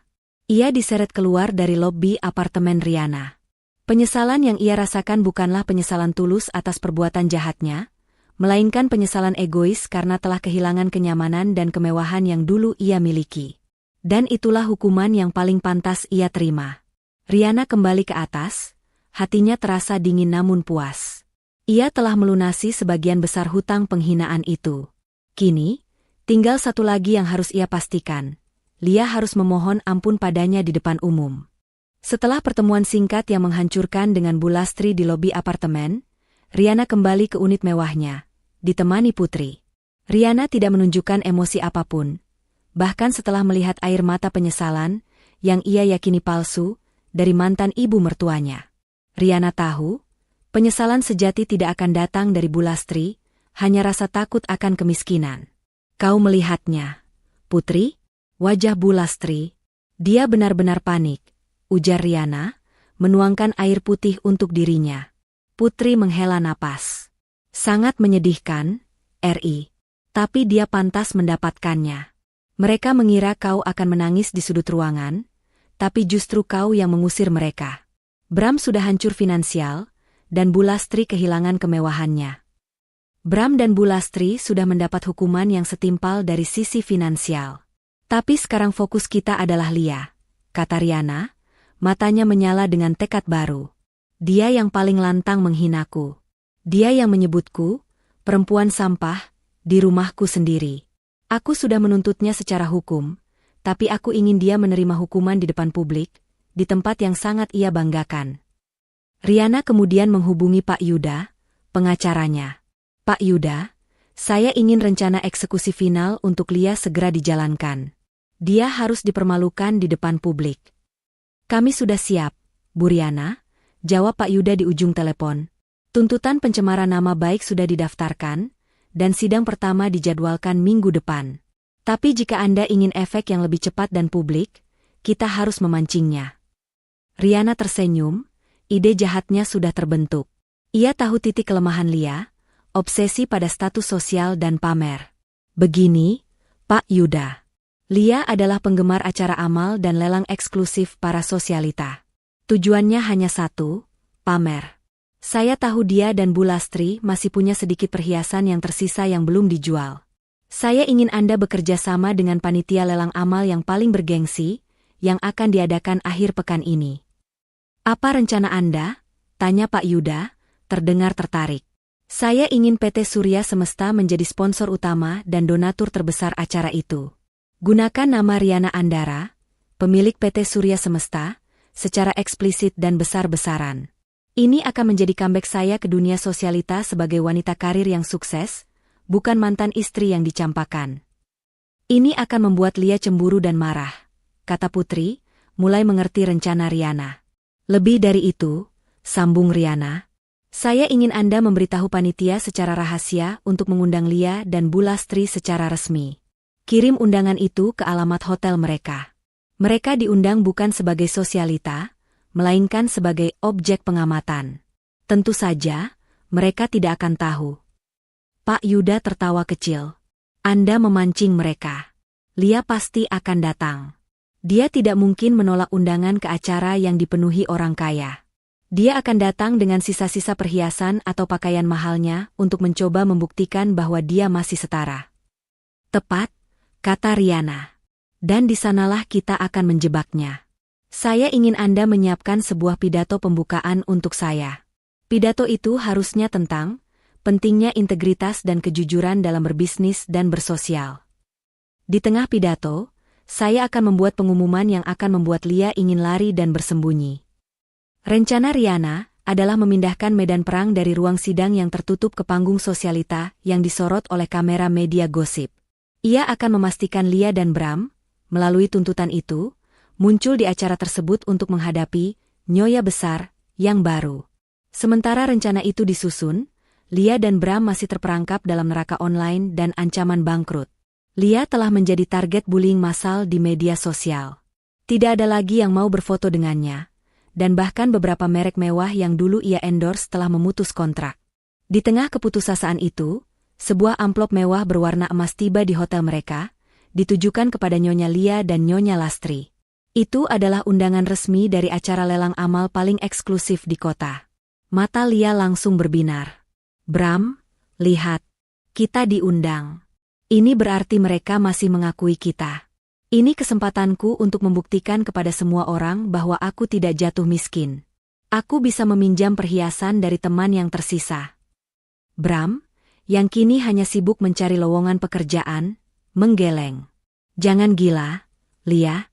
Bukankah kau baru saja dituntut Riana? Itu jebakan. Kita tidak boleh datang. Bu Lastri, yang kini mulai bangkit dari kesedihannya, mendukung Lia. Benar kata Lia, Nak, kita harus datang. Kita harus tunjukkan bahwa kita tidak hancur. Siapa tahu di sana ada orang kaya yang bisa membantu Bram mendapatkan pekerjaan. Kita harus mempertahankan status kita. Lia melihat ini sebagai satu-satunya kesempatan untuk memulihkan reputasinya. Ia memaksakan diri membeli gaun baru dengan kartu kredit terakhirnya yang belum diblokir, dan Bu Lastri memutuskan untuk menjual kalung emas lamanya untuk menyewa mobil mewah, agar mereka terlihat seolah-olah tidak terpengaruh oleh kejatuhan finansial. Mereka sama sekali tidak tahu bahwa mereka sedang berjalan lurus menuju panggung kehinaan yang disiapkan oleh Riana. Malam acara lelang amal tiba. Aula ballroom Hotel Bintang 5 itu berkilauan, dipenuhi oleh para konglomerat, sosialita, dan sorot kamera media. Di barisan paling depan, duduk Riana dalam balutan gaun malam yang elegan dan mewah. Ia terlihat tenang, berwibawa, dan memancarkan aura kesuksesan yang sangat nyata. Di sebelahnya, Putri tersenyum bangga. Tak lama kemudian, Lia dan Bu Lastri muncul, berjalan masuk dengan kepala terangkat tinggi, berusaha keras terlihat percaya diri. Penampilan mereka memang mewah, namun sorot mata mereka tidak bisa menyembunyikan ketakutan dan keputusasaan. Mereka duduk di kursi belakang, menjauhi Riana, tetapi cukup dekat untuk menjadi pusat gosip. Acara dimulai. Tiba saatnya pidato pembukaan oleh sponsor utama. Pembawa acara mengumumkan, kami persilakan, Nyonya Riana Andara, CEO dari PT Surya Semesta dan donatur terbesar malam ini, untuk menyampaikan sambutan. Tepuk tangan meriah mengiringi Riana naik ke panggung. Lia dan Bu Lastri menatap panggung dengan penuh kebencian. Riana berdiri di depan mikrofon. Senyumnya ramah, namun matanya tajam. Ia memulai pidatonya tentang filantropi, kejujuran, dan bagaimana kesuksesan sejati harus dibangun di atas integritas. Di tengah pidatonya, Riana berhenti, menatap lurus ke arah barisan belakang, tepat ke mata Lia dan Bu Lastri. "Saya ingin berbagi sedikit kisah pribadi," ujar Riana. "Beberapa waktu lalu, saya harus melewati masa yang sulit, di mana saya dikhianati dan dihina. Saya diusir dari rumah saya sendiri. Saya disebut dengan kata-kata yang menyakitkan, bahkan disebut perempuan sampah oleh orang-orang yang saya pinjamkan rumah dan fasilitas." Suara Riana yang tenang namun tegas menarik perhatian semua orang. Lia dan Bu Lastri mulai gelisah, merasa bahwa Riana sedang berbicara tentang mereka. "Orang-orang itu," lanjut Riana, menatap Lia dan Bu Lastri, "mereka tidak tahu bahwa kehormatan dan integritas jauh lebih mahal daripada kemewahan palsu. Mereka mencampakkan berlian demi ilusi. Dan malam ini, saya ingin memberikan contoh nyata tentang hukuman bagi mereka yang tidak tahu cara menghargai orang lain." Riana kemudian mengambil jeda dramatis, lalu menoleh ke Pak Yuda yang berdiri di sisi panggung. "Pak Yuda, pengacara saya, tolong sampaikan pengumuman resmi dari kantor Anda. Pengumuman ini bukan tentang amal, tapi tentang keadilan." Pak Yuda maju, mengambil mikrofon, dan suaranya yang profesional menggema di ballroom. "Saya, Pak Yuda, kuasa hukum Nyonya Riana Andara, dengan ini mengumumkan secara resmi kepada semua hadirin dan media yang hadir. Hari ini, klien kami Riana Andara telah memenangkan gugatan pra-peradilan terhadap tuntutan pencemaran nama baik yang dilayangkan kepada seorang wanita bernama Lia." Jeda Pak Yuda, memastikan nama Lia terdengar jelas. "Gugatan ini berdasarkan rekaman yang membuktikan Nona Lia secara terang-terangan menghina dan mengancam Nyonya Riana di properti milik Nyonya Riana sendiri." Aula langsung hening, diikuti dengan bisik-bisik yang riuh. Kamera media langsung diarahkan ke Lia dan Bu Lastri. "Dan sebagai tambahan," lanjut Pak Yuda, "mengingat Nona Lia juga terlibat dalam runtuhnya reputasi bisnis Bram, mantan suami Nyonya Riana, klien kami akan memberikan pilihan terakhir kepada Nona Lia. Cabut semua pembelaan, akui kesalahan Anda, minta maaf kepada Nyonya Riana di depan umum. Atau Anda akan menghadapi tuntutan hukum dengan ganti rugi miliaran rupiah yang akan membuat Anda jatuh miskin selamanya." Lia berdiri, wajahnya merah padam karena malu. Semua mata, semua kamera, tertuju padanya. Ia telah jatuh ke dalam jebakan Riana, dan kini ia harus memilih antara hukuman finansial yang menghancurkan atau rasa malu yang tak terperi. Suasana di ballroom hotel bintang 5 itu seketika berubah menjadi arena pertunjukan yang penuh ketegangan. Semua kepala menoleh ke barisan belakang, tempat Lia dan Bu Lastri duduk. Sorot lampu panggung dan kilatan kamera media tertuju langsung pada mereka. Pak Yuda baru saja menyelesaikan ultimatumnya. Lia harus mencabut pembelaan, mengakui kesalahan, dan meminta maaf kepada Riana di depan umum, atau menghadapi tuntutan ganti rugi miliaran rupiah. Wajah Lia pucat pasi, namun masih diselimuti rasa malu dan kemarahan. Ia mencoba bangkit, tangannya mengepal. Insting pertamanya adalah berteriak, menyangkal, dan melarikan diri. Tetapi di sampingnya, Bu Lastri menarik lengan Lia dengan kuat. "Jangan bodoh, Nak," bisik Bu Lastri, kini suaranya terdengar panik dan realistis. "Kita tidak punya apa-apa lagi. Semua uang sudah habis. Kalau kau dituntut miliaran, kita akan dipenjara. Turuti saja. Turuti wanita iblis itu." Lia menoleh ke Bu Lastri, matanya memancarkan kebencian. Kau yang membuat semua ini terjadi. Karena kau meremehkannya. Aku tahu, aku salah. Tapi sekarang bukan waktunya menyalahkan. Pikirkan nasib kita. Kita sudah tidak punya Bram lagi yang bisa menolong." Bu Lastri memohon, suaranya hampir tak terdengar. Di atas panggung, Riana menatap lurus, menunggu. Ia terlihat santai, seolah menikmati setiap detik keputusasaan Lia. Riana tahu betul. Bagi Lia, kehancuran reputasi di depan para sosialita ini adalah hukuman terberat. Lia berdiri tegak. Ia menarik napas panjang, dan dengan langkah yang ragu-ragu namun dipaksakan, ia berjalan menuju panggung, melewati deretan tamu yang kini menatapnya dengan rasa ingin tahu, ejekan, dan kasihan. Bu Lastri mengikuti Lia dengan langkah gontai, kepalanya tertunduk malu. Sesampainya di tepi panggung, Lia menatap Riana. Rasa benci dan kesombongan masih berkecamuk dalam dirinya, namun ketakutan akan tuntutan finansial miliaran rupiah lebih kuat. Lia tidak punya pilihan. Riana memberi isyarat kepada pembawa acara untuk menyerahkan mikrofon kepada Lia. Lia mengambil mikrofon, tangannya gemetar. Ribuan mata menatapnya. Inilah panggung yang selama ini ia impikan untuk pamer, tetapi kini berubah menjadi panggung penghinaan. Saya? Suara Lia serak, hampir tidak terdengar. Ia berdeham, mencoba menguatkan diri. Saya mengakui bahwa saya telah melakukan kesalahan besar. Bu Lastri, yang berdiri di belakang Lia, menggenggam tangannya erat, mendorong Lia untuk melanjutkan. Lia memejamkan mata sejenak, menelan harga dirinya yang setinggi langit. Saya di sini meminta maaf kepada Nyonya Riana Andara. Lia menoleh ke arah Riana. Saya mengakui telah menghina Nyonya Riana. Saya menyebut Nyonya Riana dengan kata-kata yang tidak pantas. Saya menyebutnya perempuan sampah.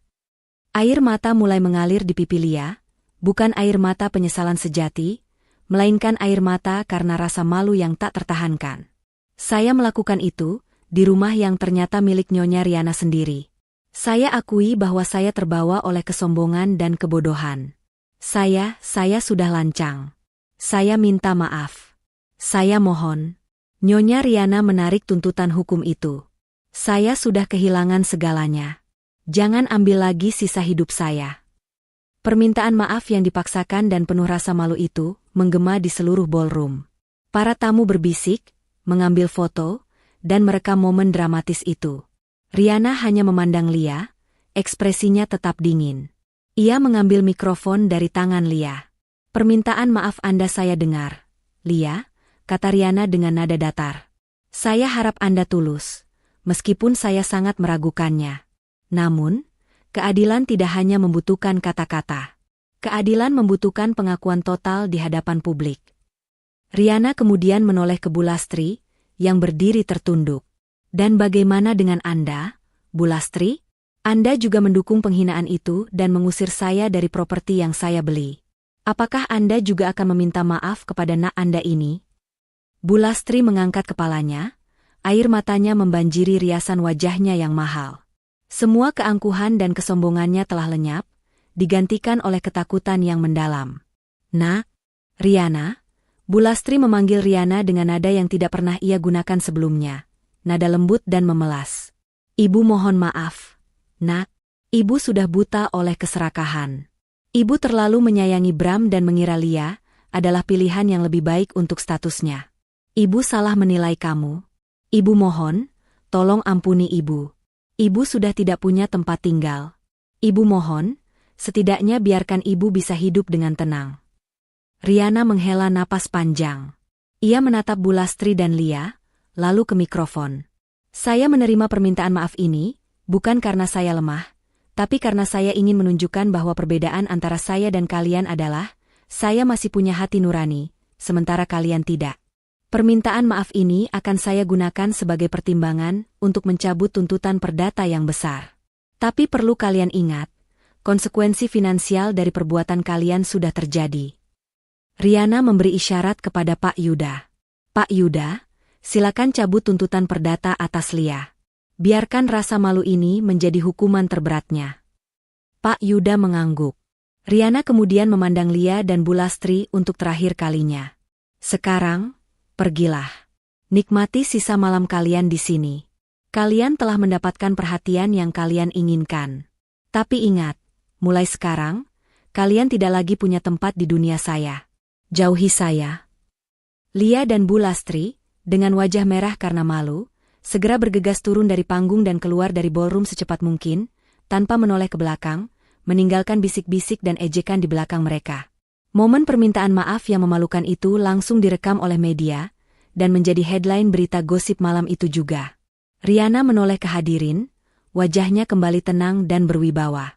Terima kasih atas perhatiannya.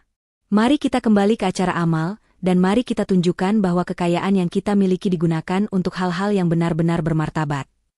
Riana telah mendapatkan pembalasan yang ia inginkan. Lia dan Bu Lastri telah bersujud dan meminta maaf di depan umum, di panggung yang menjadi simbol ambisi mereka. Reputasi mereka hancur, dan mereka kini harus menghadapi kenyataan pahit tanpa aset, tanpa kemewahan, dan tanpa harga diri. Sementara Riana, berdiri tegak di panggung, kembali diakui sebagai wanita sukses yang bermartabat. Setelah malam klimaks di acara lelang amal, berita tentang kehinaan Lia dan Bulastri menyebar seperti api, bahkan jauh lebih cepat daripada pengungkapan status finansial Riana. Nama Lia menjadi sinonim dengan social climber yang gagal dan penghina yang mendapat balasan mematikan. Bulastri juga harus menanggung rasa malu yang tak terkira. Sementara Lia dan Bulastri tenggelam dalam aib publik mereka, Bram menghadapi kehancuran yang lebih sunyi namun tak kalah mematikan. Ia telah kehilangan rumah, kantor, dan yang terpenting, ia kehilangan kepercayaan dari komunitas bisnis. Tidak ada satupun rekan kerja atau klien lama yang mau mengangkat teleponnya. Bram kembali ke hotel kelas melati, tempat Bulastri dan Lia masih tinggal. Ia mendapati ruangan itu kosong. Bulastri sudah pergi, meninggalkan surat singkat yang menyedihkan. Ibu lelah, nak. Ibu kembali ke kampung. Ibu tidak sanggup lagi menanggung malu. Maafkan ibumu ini, nak. Lia juga sudah berkemas. Ia berdiri di ambang pintu dengan 2 koper besar. Ketika Bram masuk, Lia menatapnya dengan pandangan dingin dan penuh kebencian. Kau mau kemana, Lia? Tanya Bram, suaranya putus asa. Aku pergi. Tentu saja aku pergi, jawab Lia, sinis. Kau pikir aku mau tinggal di tempat menjijikan ini denganmu? Kau sudah tidak punya apa-apa, Bram. Kau tidak punya rumah, kau tidak punya uang, dan sekarang kau punya julukan, Direktur Aset Palsu, di seluruh berita. Aku tidak bisa terus bersamamu. Kau adalah racun bagi reputasiku. Tapi, kita saling mencintai. Lia, Bram mencoba memohon, merangkai ilusi yang sudah lama hancur. Lia tertawa keras, tawa yang penuh ejekan. Cinta? Aku mencintai uang dan status yang kau janjikan. Bram, kau tidak punya itu lagi. Sekarang pergilah cari pekerjaan, dan jangan pernah menghubungiku lagi. Lia menarik kopernya dan meninggalkan Bram di ruangan sempit itu sendirian.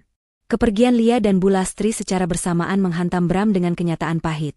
Ia kini benar-benar sebatang kara, kehilangan semua orang yang pernah ia cintai dan andalkan, semua karena keserakahan dan pengkhianatannya. Bram tahu, hanya ada satu orang yang bisa mengakhiri penderitaannya, Riana. Ia harus menghadapi Riana untuk yang terakhir kalinya, bukan untuk memohon kembali, tetapi untuk meminta penyelesaian. Bram mencari kontak Pak Yuda dan berhasil mengatur pertemuan di kantor pengacara tersebut. Ia datang ke pertemuan itu dengan penampilan yang berantakan, jauh dari citra direktur yang dulu angkuh. Di ruang rapat, Riana sudah menunggu. Ia duduk di seberang meja, ditemani Pak Yuda. Wajah Riana tampak profesional dan tanpa emosi, seperti sedang rapat bisnis. Terima kasih sudah mau menemuiku, Riana, kata Bram, suaranya serak. Waktu saya mahal, Bram, potong Riana datar. Sampaikan saja apa tujuanmu. Aku datang bukan untuk memohon kembali atau meminta aset. Aku sudah tahu betapa bodohnya aku. Aku datang untuk menyelesaikan proses perceraian ini secepatnya. Dan untuk meminta maaf, kata Bram, menundukkan kepalanya. Aku minta maaf karena menalakmu, karena mengkhianatimu, dan karena membiarkan ibu dan Lia menghinamu. Aku menyadari, kaulah satu-satunya orang yang benar-benar peduli padaku. Dan kau tidak pernah pantas menerima perlakuan itu. Riana mendengarkan tanpa ekspresi. Permintaan maaf Bram terdengar lebih tulus daripada tangisan Bulastri, tetapi hal itu tidak lagi memengaruhi perasaannya. Permintaan maafmu saya dengar, Bram, kata Riana. Tapi itu tidak mengubah fakta. Pengkhianatanmu menghancurkan hidupku. Sekarang, kau harus menghadapi konsekuensinya. Kita akan menyelesaikan perceraian ini minggu depan. Saya sudah mencabut gugatan ganti rugi perdata yang besar. Saya hanya menuntut hak saya sebagai pemilik semua aset yang kamu gunakan, dan itu sudah saya dapatkan kembali. Lalu bagaimana denganku? Tanya Bram, mengangkat wajahnya yang penuh keputusasaan. Aku tidak punya apa-apa, Riana. Tidak ada uang, tidak ada pekerjaan, tidak ada rumah. Lia sudah meninggalkanku, ibu sudah kembali ke kampung. Itu adalah pilihanmu, Bram, jawab Riana, tatapannya dingin. Ketika kamu menalakku, kamu memilih hidup ini. Kamu memilih kemewahan palsu dan kehancuran reputasi. Bukan saya yang melakukannya. Saya hanya menarik kembali apa yang menjadi milik saya. Riana kemudian mengambil sebuah map kecil. Namun, saya bukan monster. Saya tahu sulit bagimu untuk memulai lagi dari nol. Di dalam map ini ada dokumen yang harus kamu tanda tangani. Ini adalah perjanjian di mana kamu menyerahkan hakmu sepenuhnya atas semua aset yang selama ini kamu klaim. Sebagai imbalannya, saya akan memberimu sejumlah uang tunai yang cukup untuk menyewa apartemen kecil selama 6 bulan, dan biaya hidup yang cukup untuk mencari pekerjaan baru. Bram terkejut. Kau memberiku uang? Saya tidak memberimu uang, Bram. Saya memberi Anda kesempatan. Bukan karena kasihan, tetapi karena saya ingin hidup saya benar-benar bebas dari bayangan Anda dan keluarga Anda. Saya tidak ingin mendengar kabar buruk Anda lagi, jelas Riana tegas. Terima ini sebagai biaya kebebasan saya dari pengkhianatan Anda.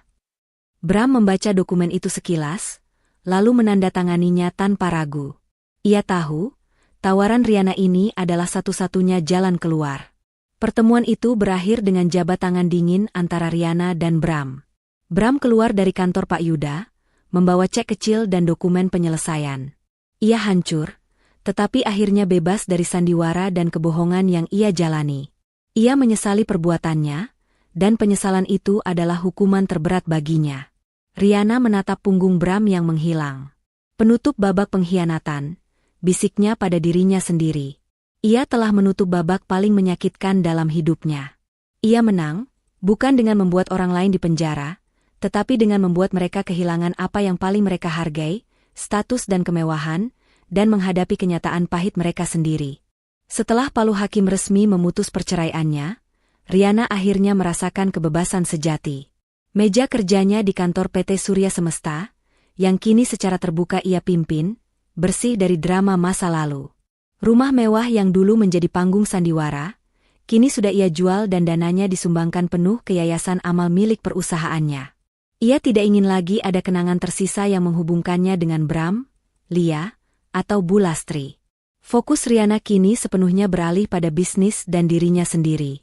Kisah Riana, sang wanita yang dicampakkan namun ternyata adalah CEO dan pemilik aset yang sebenarnya, telah menjadi inspirasi di seluruh media sosial dan komunitas bisnis. Ia tidak lagi dikenal sebagai mantan istri Bram, melainkan sebagai Riana Andara, sang ratu properti yang tidak terduga. Riana dan Putri, sahabat setianya, merayakan awal baru ini dengan merancang ulang kantor pusat mereka. Riana tidak hanya sukses secara finansial, ia tumbuh menjadi sosok yang lebih bijaksana, hangat, dan jauh lebih bahagia. Kau terlihat sangat berbeda, Ri. Aura damai dan bahagia itu benar-benar terpancar. Puji Putri suatu sore, saat mereka sedang makan siang di kafe kantor. Riana tersenyum tulus. Karena aku tidak lagi hidup dalam kebohongan dan sandiwara, Putri. Kehilangan Bram membuatku menemukan diriku yang sebenarnya. Aku sadar, harga diriku jauh lebih berharga daripada status istri direktur palsu itu. Riana memutuskan untuk memperluas jangkauan amalnya. Ia mendirikan program mentoring bagi wanita yang sedang berjuang dalam perceraian atau yang merasa diremehkan oleh pasangan. Ia menggunakan kisahnya untuk menginspirasi wanita lain agar mandiri secara finansial dan tidak pernah takut untuk menuntut hak mereka. Sementara Riana menikmati puncak kesuksesan yang sesungguhnya, nasib mereka yang pernah menghinanya sangat kontras. Bram, setelah menerima uang, biaya kebebasan, dari Riana, sempat menyewa sebuah apartemen kecil. Namun, reputasinya yang hancur karena direktur aset palsu, membuatnya sulit mendapatkan pekerjaan setara. Ia akhirnya terpaksa mengambil pekerjaan sebagai agen properti level bawah. Ironisnya, ia menjual rumah-rumah yang jauh lebih kecil daripada yang pernah Riana miliki. Penyesalan menghantuinya setiap hari, terutama saat ia melihat berita-berita tentang kesuksesan Riana. Bu Lastri, yang kembali ke kampung halaman, hidup dalam kesederhanaan yang tidak pernah ia bayangkan. Tidak ada lagi pelayan, pesta, atau pujian. Ia harus bekerja keras untuk mencukupi kebutuhannya. Rasa malu dan penyesalan karena menyia-nyiakan Riana adalah teman setianya. Ia sesekali mencoba menghubungi Riana, tetapi Riana tidak pernah merespons, sepenuhnya memutus jalinan masa lalu yang toksik itu. Dan Lia? Setelah dipermalukan di depan publik, Lia menjadi paria di kalangan sosialita. Ia berusaha keras untuk memulai hidup baru, tetapi julukan perempuan sampah yang ia ciptakan sendiri terus melekat. Ia akhirnya bekerja di sebuah klub malam untuk memenuhi gaya hidupnya yang mahal. Ironisnya, kembali ke lingkungan tempat ia pertama kali bertemu Bram. Setiap kali Lia melihat majalah atau berita yang menampilkan Rihanna sebagai sosok wanita inspiratif dan sukses, rasa malu dan amarahnya semakin menjadi-jadi. Ia tahu, ia telah kehilangan segalanya karena kesombongannya yang tidak beralasan. Suatu hari, Rihanna menghadiri konferensi bisnis besar. Saat ia sedang berjalan di lobi ditemani Putri, Rihanna berpapasan dengan seorang wanita yang tampak familiar. Wanita itu mengenakan seragam pelayan, sedang membersihkan meja. Wanita itu adalah Lia. Lia mengenali Rihanna dan seketika wajahnya memerah, antara malu, kaget, dan benci. Lia mencoba bersembunyi di balik tiang, berharap Rihanna tidak melihatnya. Namun, Rihanna sudah melihatnya. Rihanna berhenti sejenak, menatap Lia tanpa ekspresi. Tidak ada kebencian, hanya rasa kasihan yang sangat tipis. "Mari kita lanjut, Putri," kata Rihanna, suaranya tenang. Rihanna berjalan melewatinya, tidak mengatakan apa-apa, tidak menghina, tidak menertawakan. Bagi Rihanna, hukuman Lia sudah final, tidak ada lagi yang perlu dikatakan. Perlakuan Rihanna yang dingin dan acuh tak acuh itu justru terasa jauh lebih menusuk bagi Lia daripada ribuan hinaan. Lia tahu, di mata Rihanna, ia sudah tidak berarti apa-apa. Rihanna telah mendapatkan kebebasannya, dan ia telah membalas semua penghinaan. Babak kehancuran mereka sudah berakhir. Rihanna kini menatap masa depan dengan penuh harapan dan kepercayaan diri, siap melangkah ke puncak yang lebih tinggi, meninggalkan semua debu masa lalunya. 2 tahun telah berlalu sejak Rihanna menutup babak perceraian dan pembalasan. Masa itu adalah periode penyembuhan sekaligus kebangkitan yang eksplosif. PT Surya Semesta kini dikenal luas sebagai perusahaan investasi properti yang dipimpin oleh seorang wanita tunggal yang visioner. Kisah Rihanna menjadi inspirasi, bahkan sebuah studi kasus di beberapa sekolah bisnis terkemuka. Ia telah mengubah noda hitam pengkhianatan menjadi mahkota kebanggaan. Ia bukan lagi mantan istri Bram, ia adalah magnate properti, Rihanna Andara. Ia telah berhasil menjual rumah mewah yang menjadi panggung penghinaan dan menggunakan dananya untuk mendirikan yayasan yang fokus membantu wanita. Rihanna tidak ingin ada sisa kenangan fisik yang menghubungkannya dengan kekejaman masa lalu. Kini, Rihanna berdiri di panggung megah sebuah hotel internasional. Ia menerima penghargaan bergengsi, Woman of the Year, di sektor bisnis dan filantropi. Cahaya lampu menyorotinya, membuatnya tampak berkilauan, namun aura paling terang yang terpancar darinya adalah ketenangan dan kebahagiaan yang sejati. Di barisan penonton, Putri tersenyum bangga, air matanya menetes bahagia melihat kesuksesan sahabatnya. Rihanna menyampaikan pidato penerimaan, suaranya dipenuhi kepercayaan diri. 2 tahun lalu, ujarnya pelan, menarik perhatian seluruh ruangan. "Saya belajar bahwa kehilangan bisa menjadi hadiah. Saya kehilangan pasangan, kehilangan rumah, dan kehilangan kepercayaan. Tetapi, dari kehilangan itu, saya menemukan diri saya yang sesungguhnya. Saya menyadari, nilai kita tidak ditentukan oleh cincin yang kita pakai, atau gelar yang kita sandang, melainkan oleh kekuatan hati dan integritas yang kita jaga." Rihanna tidak menyebut nama siapapun, tetapi semua orang tahu betul kisah pahit dan manis yang ia maksud. Pidato itu menjadi berita utama, bukan karena gosip, melainkan karena pesan inspiratifnya tentang kemandirian dan harga diri. Sementara Rihanna menikmati puncak kesuksesan yang otentik, nasib mereka yang pernah menghinanya telah mencapai titik nadir yang permanen. Lia, setelah dipermalukan di panggung amal dan kehilangan satu-satunya sumber daya, tidak pernah bisa memulihkan reputasinya. Ia akhirnya meninggalkan kota, terpaksa bekerja keras untuk mencukupi kebutuhan dasar, jauh dari kemewahan yang ia puja. Rasa malu yang ia timbulkan sendiri menjadi penjara terburuk baginya. Setiap ia melihat Rihanna di berita, rasa sesal dan marah menghantuinya, menyadari betapa bodohnya ia mencampakkan kehormatan demi ilusi. Bu Lastri, kembali ke kampung halamannya, kini harus hidup dalam kesederhanaan. Kesehatan fisiknya menurun seiring dengan tekanan mental dan rasa malu yang ia tanggung. Ia mencoba menghubungi Riana untuk yang terakhir kalinya, memohon pengampunan yang tulus.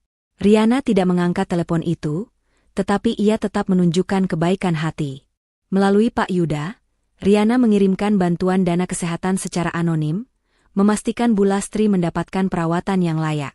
Ia tidak ingin melihat penderitaan, tetapi ia juga tidak akan kembali ke masa lalu. Bu Lastri akhirnya menyadari bahwa ia kehilangan segalanya karena keserakahan dan perlakuan buruknya kepada orang yang berhati baik. Bram menjalani kehidupan yang sunyi dan sederhana. Ia berhasil mendapatkan pekerjaan sebagai pegawai biasa, jauh dari posisi direktur yang dulu ia pegang. Ia tahu, Riana telah memberinya kesempatan untuk memulai lagi, dan ia menerima hukuman penyesalan itu sebagai takdirnya. Ia tidak pernah lagi mencari masalah atau menghubungi Riana, menghormati perjanjian kebebasan Riana. Penyesalan itu menjadi penempa dirinya yang baru. Pada akhirnya, Riana berhasil menemukan cinta lagi. Ia bertemu dengan seorang pria yang tulus, seorang pengusaha dan filantropis yang benar-benar menghargai kecerdasan dan hati Riana. Mereka membangun hubungan yang didasari rasa hormat, kejujuran, dan kesetaraan. Cerita Riana menjadi legenda. Ia berhasil membalas penghinaan dengan pembalasan yang paling kejam. Hidup bahagia, sukses, dan bermartabat, di luar jangkauan mereka yang telah menyakitinya. Ia tidak perlu lagi membuktikan apapun kepada siapapun. Mahkota yang ia kenakan bukanlah mahkota seorang istri, melainkan mahkota seorang ratu yang dibangun dari perjuangan dan integritasnya sendiri. Ia telah menutup pintu masa lalu dan melangkah ke masa depan yang gemilang, sebagai sosok wanita yang benar-benar bebas dan berharga. Integritas dan harga diri sejati adalah mahkota yang jauh lebih bernilai daripada kemewahan dan status palsu.